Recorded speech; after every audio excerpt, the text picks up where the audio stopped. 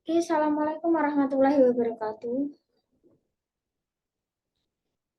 Oke, jadi pada video ini kita akan melanjutkan materi kita gitu ya. Jadi kita akan melanjutkan eh, materi kita ya tentang simple present tense by using modal verb. Nah, jadi kita akan belajar bagaimana cara untuk membuat kalimat aktif dan kalimat positif ya menggunakan simple present dengan tambahan modal verb.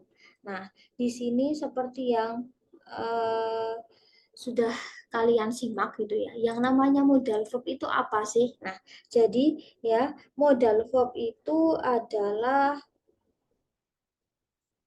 eh, modal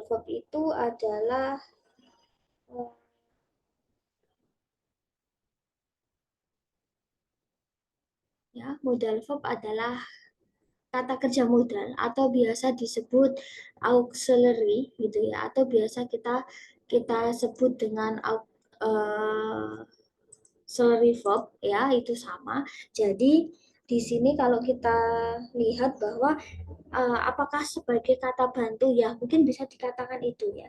Jadi di sini kata kerja ini adalah fungsinya itu biasanya adalah menambah keterangan lebih kepada kata kerja utama. Jadi modal verb itu memiliki beberapa beberapa tujuan gitu ya, beberapa tujuan penggunaannya. Nah, misal modal verb digunakan untuk menyatakan sebuah kemampuan.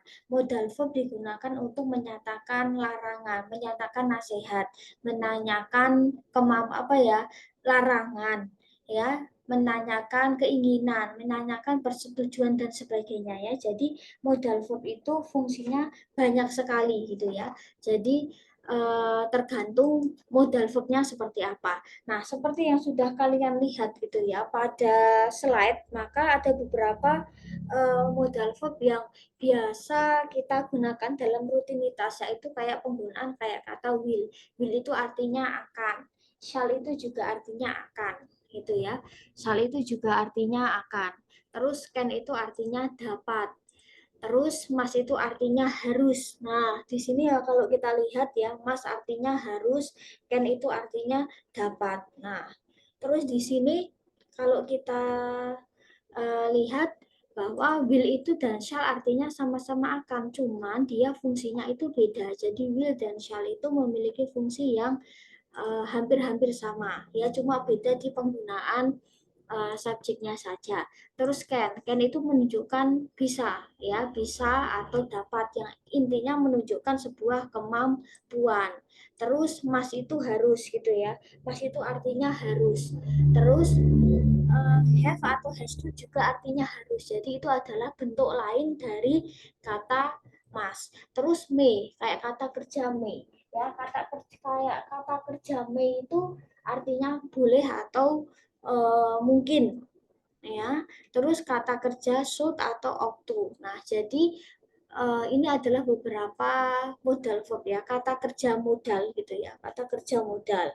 Nah, terus kita akan lihat fungsinya masing-masing itu apa sih. Nah, jadi masing-masing modal verb itu memiliki fungsi masing-masing gitu ya. Jadi modal verb itu memiliki fungsi masing-masing. Yang pertama, will itu bisa digunakan ketika kita ingin menunjukkan sebuah future action ya atau tindakan yang akan datang. Ya, misal I will call you tomorrow ya. Aku akan telepon kamu besok misal. Sesuatu yang akan kita lakukan yang akan datang. Atau bisa juga menunjukkan sebuah niat ya. Kita misal niat mau melakukan sesuatu, doing action. Nah, kita biasa menggunakan dengan will. Nah, terus ketika kita juga membuat promise atau kita membuat janji, kita biasa menggunakan kata will. Misal I will always love you. Nah, ya, kita janji misal atau I will wait for you atau aku akan menunggumu misal. Nah, jadi ketika kita membuat janji kita biasa menggunakan will.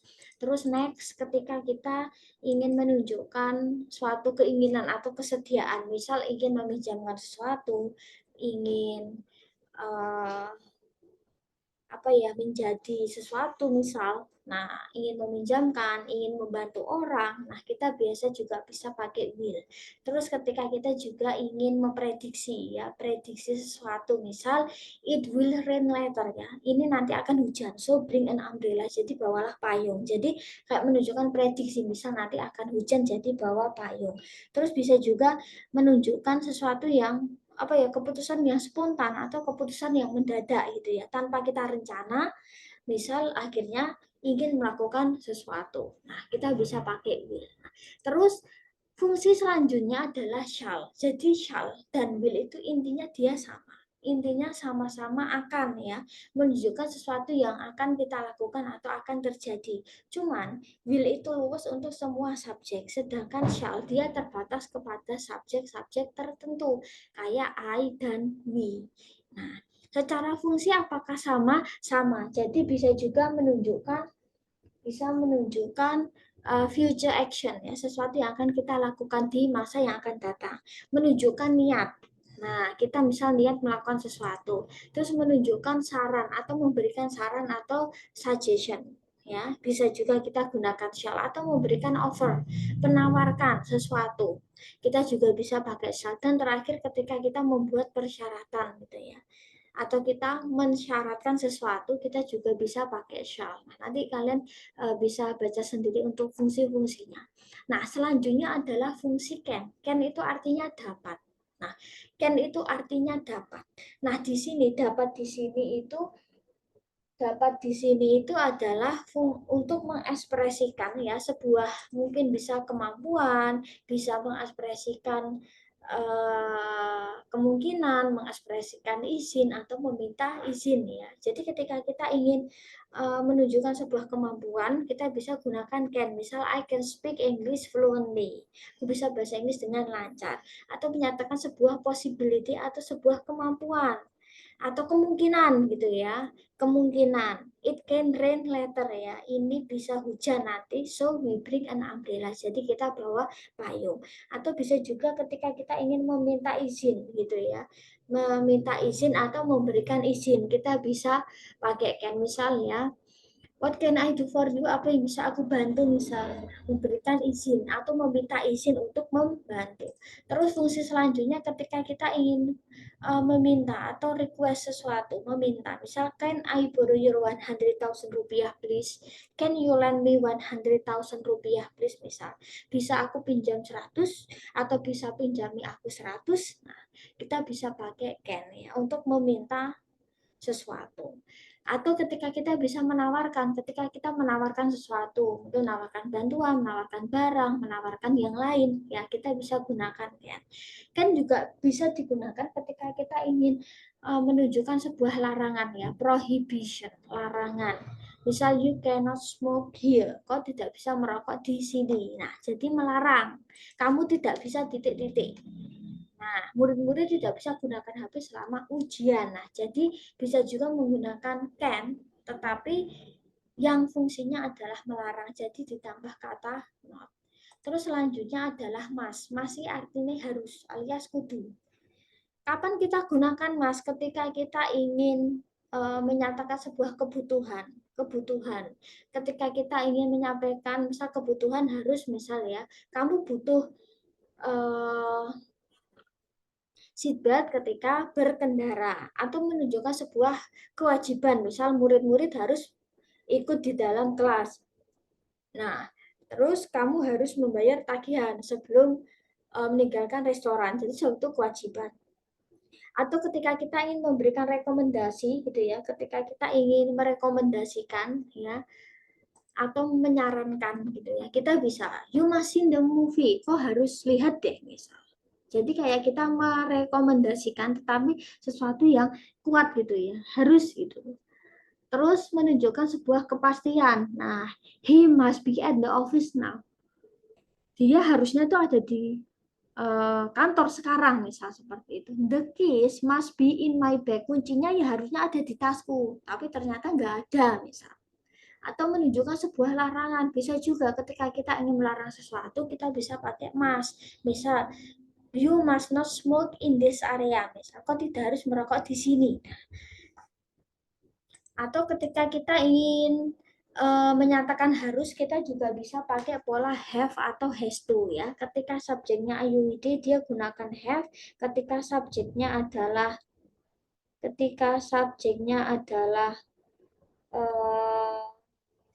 she it, maka dia menggunakan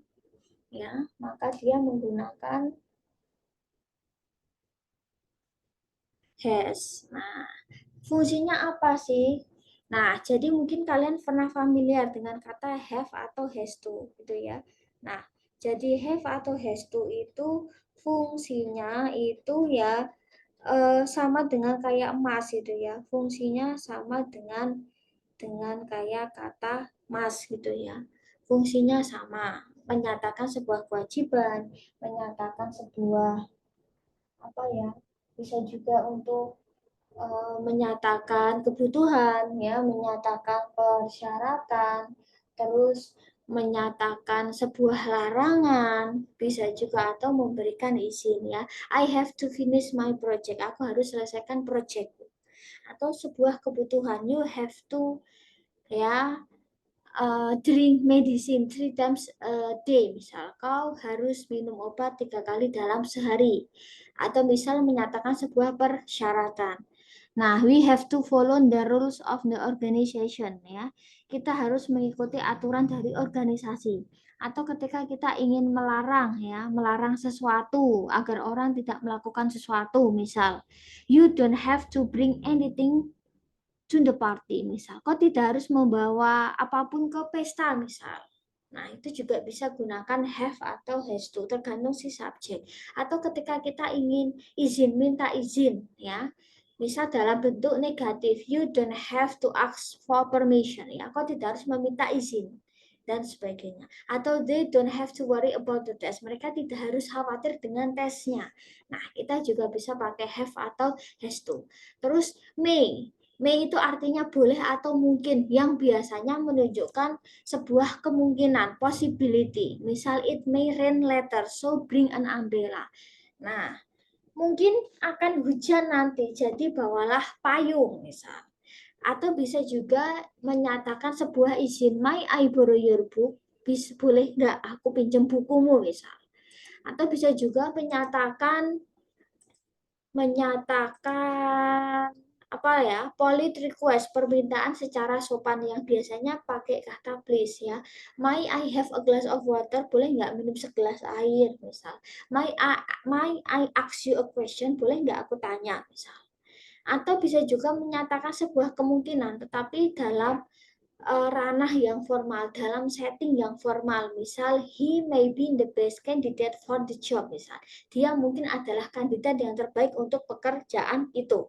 Atau bisa juga ketika kita ingin apa ya, mengekspresikan sebuah harapan, keinginan ya, wish ya, kita punya make apa ya, wish, kayak make a wish, punya harapan, buat harapan, kita bisa pakai me. Misal, may new year bring you happiness. May your dream comes true.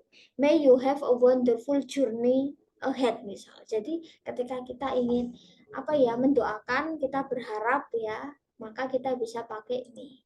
Terus selanjutnya adalah kata should. Should itu alias seharusnya. Should itu seharusnya. Kalau maski harus alias kudu, kalau should itu seharusnya alias kudune. Jadi dia lebih ringan daripada kata mas. Nah, tujuannya apa sih? Kapan kita menggunakan kata should? Should itu digunakan untuk menunjukkan sebuah saran. Ya, misal, you should see a doctor if you are not feeling well. Kau harusnya pergi ke dokter deh kalau kamu keadaanmu nggak baik-baik saja, jadi menyarankan. Terus bisa juga ingin memberikan rekomendasi, misal you should try the new restaurant in the city, misalnya kau harus coba restoran baru ini deh, misal. Atau menunjukkan sebuah kewajiban, tetapi dia tidak lebih kuat dari kata mas. Ya, jadi posisinya misal kayak we should apologize for our mistake. Kita seharusnya minta maaf atas kesalahan kita. Jadi ya kayak sebuah kewajiban, tetapi dia tidak sekeras kayak kata mas kudu. Gitu ya. Terus ketika kita memiliki ekspektasi harapan gitu ya. Misal, he should know the answer to the question. Dia seharusnya tahu jawabannya. Tapi berarti kan prinsipnya berkebalikan kan. Berarti dia tidak tahu jawabannya. Terus menyatakan sebuah pernyataan bersyarat. Misalnya, jika kamu if you want to lose weight, you should exercise regularly. Jadi jika kamu ingin turun berat badan, kamu harus latihan dengan teratur, harus olahraga teratur. Nah, terus misal waktu itu seharusnya gitu ya, sama dengan kata should ya. Artinya juga seharusnya, kewajiban, menyatakan sebuah kewajiban, menyatakan saran atau rekomendasi, bisa juga menyatakan expected behavior ya, perilaku yang diharapkan, atau menunjukkan sebuah imperatif kata kerja perintah ketika kita ingin memerintah orang, atau bisa juga menunjukkan sebuah kemungkinan. Waktu apakah sering dipakai, jarang dipakai ya, lebih familiar yang should. Nah, terus bagaimana kalau kita ingin membentuk pola kalimat positif, negatif, dan interrogatif? Nah, jadi seperti yang tadi modal verb kayak kata will, shall, should, can, must, ought to, have atau has to, maka nanti diikuti verb 1 untuk semua subjek ya. Jadi siapapun subjeknya, maka akan menggunakan modal verb dan akan diikuti kata kerja bentuk pertama. Terus misal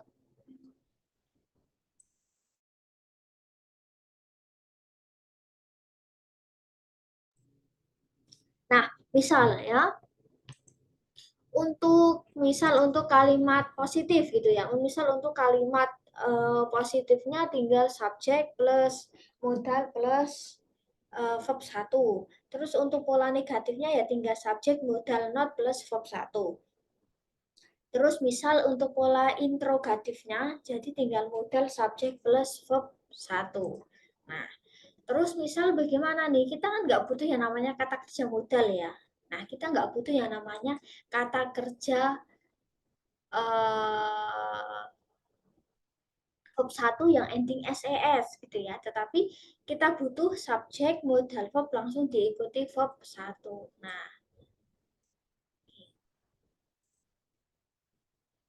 terus misalnya bagaimana untuk membentuk kalimat pasifnya. Jadi untuk membentuk kalimat pasif prinsipnya sama, ada yang namanya pergantian posisi antara subjek dan objek gitu ya, maka masih tetap sama ya, masih tetap sama. Misal gitu ya, misal subjeknya adalah Ayuwide, maka objeknya dia akan berubah menjadi objek pronoun. I jadi me, you tetap you, we jadi us, dan sebagainya.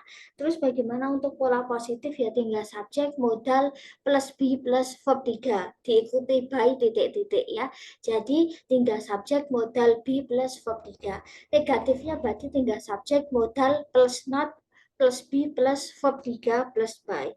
Interrogatifnya polanya tinggal modal plus subjek plus be plus by plus verb 3.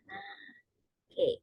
Kita akan coba untuk buat soal ya. Kita akan coba buat soal aktif dan pasifnya sekalian.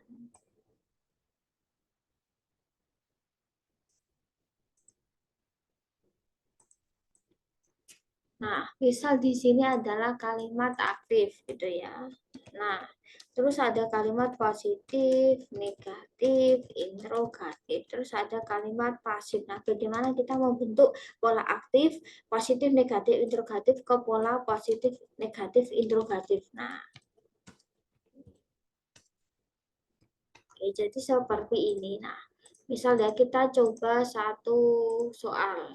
Nah, kita coba dua soal ya. Misal.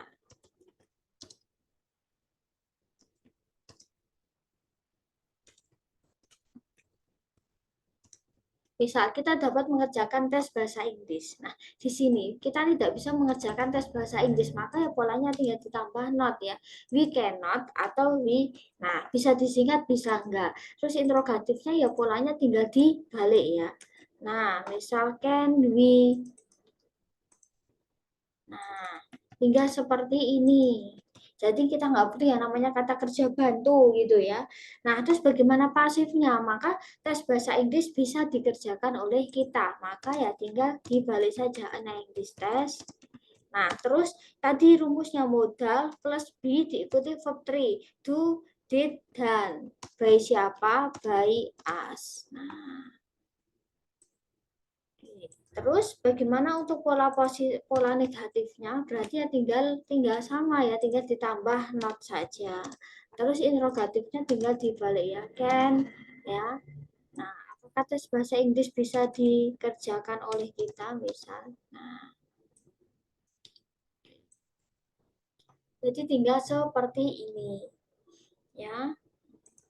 Misal kita contoh yang lain misal they must follow the rules ya. Misal mereka harus mematuhi aturan-aturan. Nah, di sini ya bagaimana untuk negatifnya ya berarti ya tinggal tambah not saja ya. They must not follow the rule. Nah, interrogatifnya ya tinggal dibalik ya, must. Nah, they follow the rule. Nah, terus interrogatifnya maka aturan-aturan harus diikuti oleh mereka. Ya, berarti ya tinggal the rules dibalik ya. The rules. Terus kita butuh yang namanya modal verb must, terus diikuti be, diikuti verb 3. Followed by siapa? By them. Nah, terus bagaimana pola negatifnya? Ya, pola negatifnya itu sama tinggal ditambah not. Oke, ya polanya sama tinggal tambah not. Terus interrogatifnya ya tinggal dibalik ya. Nah, oke, apakah aturan-aturan itu harus diikuti oleh mereka? Jadi tinggal seperti ini. Nah, kita akan coba untuk beberapa latihan soal itu ya. Nah, multiple choice ya. Jadi rubahlah kalimat aktif menjadi kalimat pasif. Nah, misal seperti ini. Nah, you must update your antivirus software. Di sini ada kata must update, maka untuk pasifnya berarti harus sama, must be verb 3, maka yang benar yang A. Terus yang kedua, we should and nah di sini ya kita seharusnya. Nah, di sini berarti ya otomatis jawabannya should be verb 3, maka jawabannya yang A. Terus yang ini nih misalnya kamu harus mengamankan akunmu, maka di sini must secure, maka jadi must be. Nah, yang A juga. Terus di sini misal murid-murid dapat menyelesaikan masalah. Di sini ada cancel, maka pasifnya adalah can plus be verb 3. Terus misal di sini we must find a solution. Di sini maka setelah must harus diikuti be plus verb 3, maka jawabannya yang A. Terus misal di sini ya manajer harus menyetujui anggaran, maka the budget must be. Nah, nanti diikuti verb 3, maka jawabannya yang A. Terus misal contoh selanjutnya. Oke, mereka harus mengumpulkan laporan di hari Jumat, maka should be verb 3, maka jawabannya yang A. Otomatis langsung ya. Terus misal next. We may, nah kita mungkin mengalami sejumlah kesulitan. Di sini maybe verb 3, maka yang benar adalah yang A. Nah, terus misal seperti ini nih ya. Next ya, soal selanjutnya. Can finish, maka jadinya can be finish. Atau can the project be finished by Sarah tomorrow? Nah, misal seperti ini. Di sini kita disuruh merubah menjadi pasif tetapi interrogatif will approve jadi will be approved, maka jawabannya will your request be approved. Nah, jawabannya yang A. Terus misal ya, kau harus mengikuti instruksi. Nah, apakah instruksi harus diikuti olehmu secara hati-hati? Maka yang benar adalah should, terus ada be, ada verb 3. Nah, terus di sini misal ya, mereka mungkin menawarkanmu promosi. Nah, di sini may nanti diikuti be terus diikuti verb 3. Jawabannya yang A. Nah, next misal ya, murid-murid harus menyelesaikan tugas mereka, maka must complete jadi must be completed. Nah, yang A juga. Terus misal next. Nah, perusahaan ya dapat mengirimkan barang-barang besok, maka nah can deliver, maka can be delivered ya pakai A. Terus misal next di sini kita akan mengirimmu laporan ya dengan email ya, by email. Maka di sini setelah will diikuti be diikuti verb 3, maka yang benar yang A. Terus selanjutnya kau seharusnya mengirim surat lamaran sebelum deadline. Nah, maka should diikuti be diikuti verb 3. Oke. Terus next. Nah, di sini ya, manajer mungkin menegaskanmu tugas nanti. Maka ya harus ada may, harus ada be, harus verb 3. Maka jawabannya yang complete. Nah,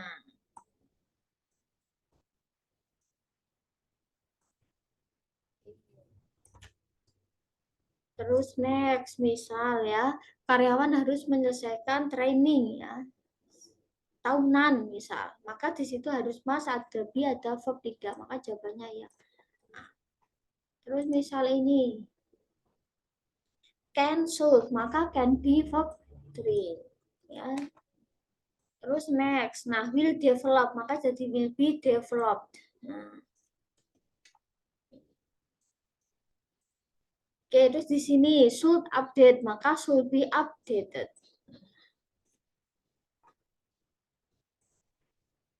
Terus di sini may configure, nah may be nah maka di sini ya. Oke. Terus next di sini ya. Karyawan harus backup data. Nah, di sini maka must backup jadi must be backup. Nah, terus next di sini.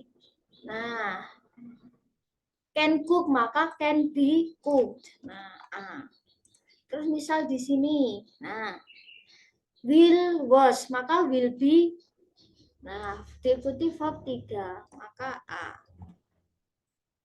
Terus next. Nah, murid-murid seharusnya mengumpulkan tugas sebelum sebelum mereka istirahat gitu ya. Maka should diikuti be diikuti verb 3. Maka jawaban yang benar adalah yang. Nah, may play ya, murid-murid mungkin bermain di luar, maka may diikuti be diikuti verb 3. Tinggal seperti itu saja. Must finish, maka jadi must be finish ya. Lagi.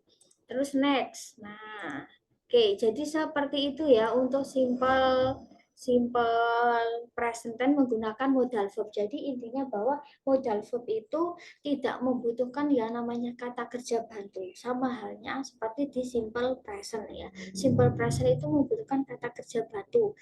Tergantung si subjek. Ketika subjeknya Ayuwide gitu ya, dia pakai do, ketika subjeknya she dia pakai does dan sebagainya. Nah, oke, jadi mungkin itulah ya penjelasan kita sedikit tentang simple present tense by using modal verb ya. See you in the next video ya. Selamat, kita akan ketemu lagi ya tentunya pada video berikutnya. Wassalamualaikum warahmatullahi wabarakatuh.